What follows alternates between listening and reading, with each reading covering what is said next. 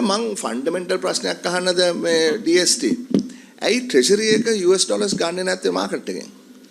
නෑ ඩොලර් අපේ අවශ්‍යතාවය දැන් ජනවාරි ඉඳලා මේ සල්ලි වෙනකන් අපි මාකට් එකෙන් සෙන්ට්‍රල් බැංක් එක අපි වෙච්ච කරේ. නෑ සෙන්ට්‍රල් බැංක් එකේ මං හරි දැන් මෙතන ඉන්නවා නේද මැනේජින් ඩිරෙක්ටර් හරි කවුරු හරි මේ පෙට්‍රෝලියම් එකේ මේ ඉලෙක්ට්‍රිසිටි බෝඩ් එකේ තියෙනවානේ.